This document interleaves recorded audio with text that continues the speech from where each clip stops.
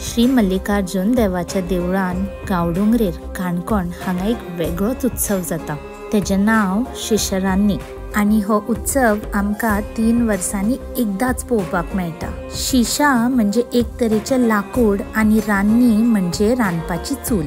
आणि ही चूल 3 मानकऱ्यांच्या गड्यांच्या तकलेर वोलो कपडो आणि केळ्यांच्या गोब्यांचे थर घालून तयार करतात।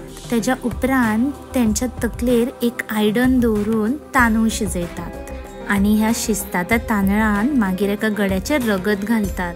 तकलेक चीर घालून ते रगत वापरप हे आमकां एक बळी दिल्लेल्याचे दर्शयता। मागीर हे शिजलेले तांदूळ 4 वटेन उडयतात। पण हे तांदूळ बळीच्या रक्तान शिजयल्ल्या खातीर ते जर कोणाच्या आंगार पडत जाल्यार तेका अशुभ मानतात। मागीर सगळी जाणां देवाच्या तरंगाच्या आशीर्वाद